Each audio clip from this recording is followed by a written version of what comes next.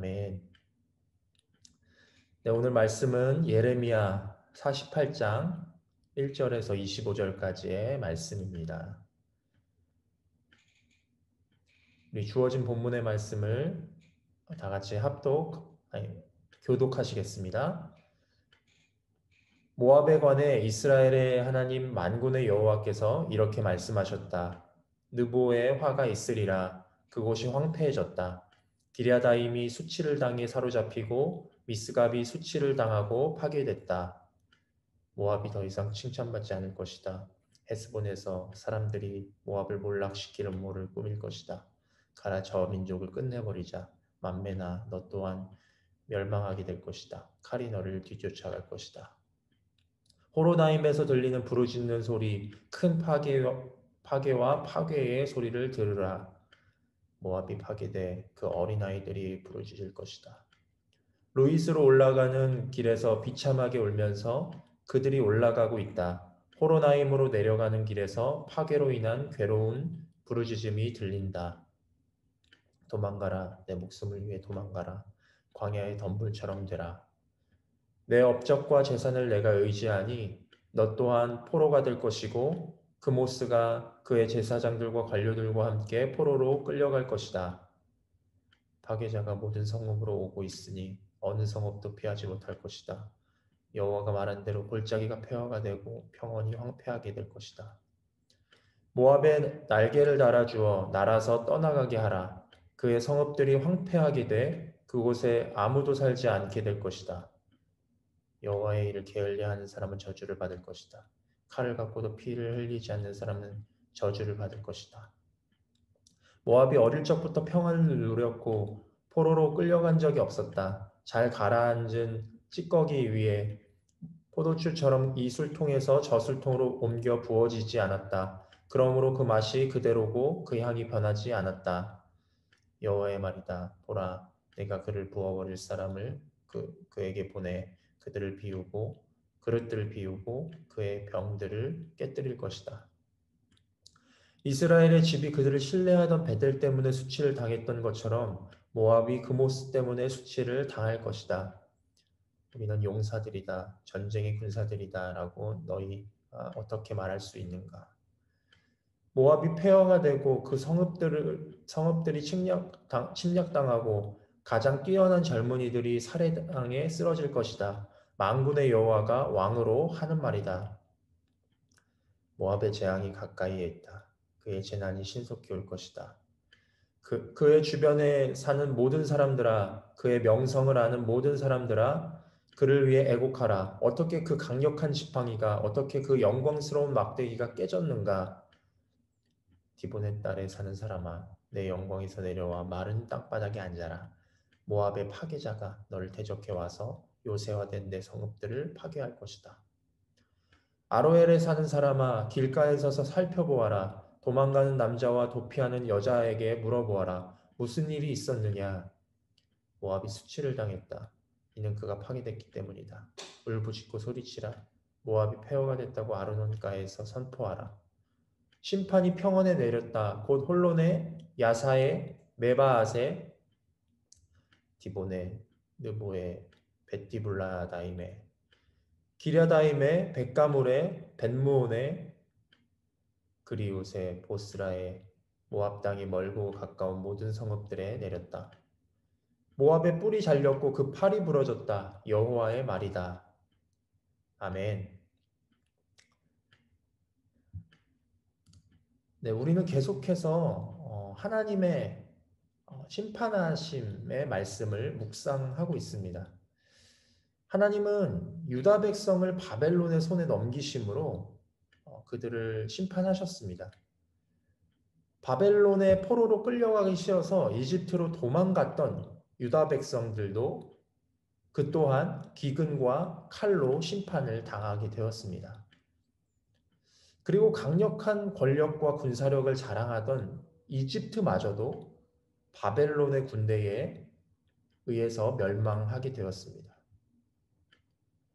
하나님은 계속해서 주변 나라들을 차례로 심판하시는데 어제 본문에서는 블레셋의 멸망을 우리가 지켜봤습니다. 블레셋은 이스라엘에게 철천지 원수 같은 존재였죠. 블레셋은 이스라엘을 괴롭게 할 뿐만 아니라 그들이 섬기는 하나님의 이름을 모독하는 그런 범죄를 저질렀습니다. 그리고 다곤과 바알세불 같은 우상을 숭배하면서 하나님을 대적했습니다. 심판날에 그 우상이 멸망으로부터 자신을 지켜줄 것이라고 기대했지만 결코 블레셋은 하나님의 심판을 피해갈 수 없었습니다. 결국 하나님을 대적하는 나라의 최후를 처참하게 맞이할 수밖에 없었던 것입니다. 그리고 오늘 본문에 하나님은 블레셋에 이어서 모압을 심판하십니다. 모압은 아브라함의 조카 롯의 후손으로 이스라엘과는 혈연적으로는 매우 가까운 민족입니다. 그래서 하나님은 이스라엘이 가나안 입성 당시에 모압을 침공하지 말 것을 명령하셨습니다. 그러나 모압은 이러한 하나님의 호의가 있었음에도 불구하고 늘 이스라엘에게 적대적인 감정을 품고 있었고, 특히 그들은 하나님을 섬기지 않고 그모스 신을 섬기면서 하나님 앞에서 우상 숭배하는 범죄를 저질렀습니다. 이러한 모압은 결국 하나님의 심판을 받게 된 것입니다. 모압은 그동안 평안한 땅이었고 한 번도 포로가 된 적이 없는 땅이었다고 오늘 본문은 기록하고 있습니다. 그럼에도 불구하고 모압은 우상을 숭배하고 유다를 치려고 공모하는 그런 나라들 중에 하나였습니다. 그들은 오랫동안 부패해 있었고 그 죄악을 돌이켜본 적도 없는 그런 나라였습니다. 모압은 그 찢기와 함께 그대로 보존된 포도주와 같았다라고 하면서 본문 11절에 그 모압의 상태를 설명하고 있습니다.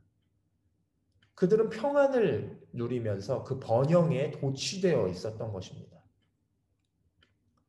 그러한 모압에게 오늘 본문 2절에 보면 하나님께서 모압이 더 이상 칭찬을 받지 않을 것이라고 말씀하십니다. 이렇게 말씀하시는 것으로 보아서 심판 이전의 모압은 평안한 땅이었으며 주변 나라들에게도 영향력 있고 칭찬받는 그런 나라였던 것 같습니다. 그러나 하나님은 한 번도 침략을 당해본 적이 없는 모압 땅이 이제는 침략을 당하고 폐허가 되고 수치를 당하게 될 것이라고 말씀하십니다. 모압의 멸망 원인은 본문 7절에 기록되어 있습니다. 내 업적과 재산을 내가 의지하니 너 또한 포로가 될 것이고 그모스가 그의 제사장들과 관료들과 함께 포로로 끌려갈 것이다. 결국 모압은 포도주 무역으로 인해서 자신들이 쌓은 부와 업적을 의지했었고 그것을 지켜줄 우상 그모스를 섬기며 지금 현재의 풍요를 유지하려고 했기 때문에 하나님께서 그러한 모압을 치신 것입니다. 결국 하나님께서는 모압을 치심으로써 하나님을 의지하지 않고 자기의 힘을 의지하고 과시하는 그 모압의 교만함을 벌하셨던 것입니다. 물론 하나님은 블레셋처럼 하나님을 직접적으로 대적하고 조롱하는 행위를 가증히 여기시고 블레셋을 심판하셨던 것처럼 그런 어떤 하나님의 이름을 욕되게 하는 행위를 심판하시지만 또한 교만하여 하나님을 의지하지 않는 행위 또한 하나님께서 심판하십니다. 모압이 지금 딱 그런 상황이었죠. 지금까지 한 번도 위기가 없었고 침략을 당해 본 적도 없었으며 다른 나라들로부터 칭찬받았던 안전할 것만 같았던 그 모압 땅이 교만으로 망하게 된 것입니다. 여러분, 우리가 사는 시대에도 이러한 상황이 생기지 말라는 법은 없습니다. 꼭 하나님을 대적하고 그리스도인들을 대놓고 핍박하는 나라들만 심판을 받게 되는 것은 아닙니다. 저 나라는 하나님을 대적하는 나라이기 때문에 반드시 하나님의 심판이 응하게 될 것입니다. 절대 저 나라는 피할 수 없을 것입니다. 이렇게 생각되는 명백한 몇 나라들이 있죠. 북한이나 중국, 이란을 비롯한 이슬람 국가들. 이러한 나라들은 명백하게 하나님을 대적하고, 예, 명백하게 정말로 그리스도인들을 핍박하고 이런 나라들이죠. 이러한 나라들은 반드시 마지막 때에 심판을 받을 것이라고 우리는 생각합니다. 그러나 하나님은 그러한 나라들만 심판하시는 것이 아니라 절대적으로 안정이 보장될 것만 같은 나라들도 심판하실 수 있다는 것입니다. 아무리 기독교 국가이고 교회가 그 나라에 많고 그들이 하나님을 의지하지 않는다면, 교회가 많아도 하나님을 의지하지 않는다면 심판을 피할 수 없게 된다는 것입니다. 한 번도 침략당하지 않아서 안전하다고 여겨지는 곳, 풍요와 번영만 있어 보이는 곳, 주변 나라들의 칭찬을 받고 관계가 우호적인 곳이라고 할지라도 그들이 하나님을 떠나고 마음에 우상을 둔다면 하나님은 반드시 그 민족과 그 나라를 심판하실 수밖에 없다는 것입니다. 모압은 하나님의 심판 중에서도 회개하지 않습니다. 본문 14절에 보시면 우리는 용사들이다, 전쟁의 군사들이다 라고 말하면서 자기 스스로 용사들이고 자기 스스로 군사들이라고 말하면서 자기의 힘을 의지하고 있습니다. 따라서 교만을 버리지 않고 있다는 것입니다. 바로 이러한 교만한 마음이 모압을 병들게 하고 하나님의 경고를 듣지 못하게 만든 것입니다. 자신들의 힘으로 어떻게든 해결해 보려고 하는 그런 마음이 이들을 심판의 자리로 내몰고 있는 것입니다. 모압은 이미 유다와 이집트와 블레셋의 멸망의 소식을 익히 들었을 것입니다. 하나님이 심판의 도구로 바벨론을 들어서 주변 나라들을 치게 하신 것입니다. 그러나 모압은 하나님께 엎드려 회개하지 않고 오히려 자신들의 군사력을 자랑하고 자기 나라는 평안할 것이라는 헛된 믿음을 품고 있었던 것입니다. 그러나 하나님은 보란듯이 모압을 심판하십니다. 본문 17절을 우리 함께 읽도록 하겠습니다. 본문 17절입니다. 그의 주변에 사는 모든 사람들아, 그의 명성을 아는 모든 사람들아, 그를 위해 애곡하라. 어떻게 그 강력한 지팡이가, 어떻게 그 영광스러운 막대기가 깨졌는가?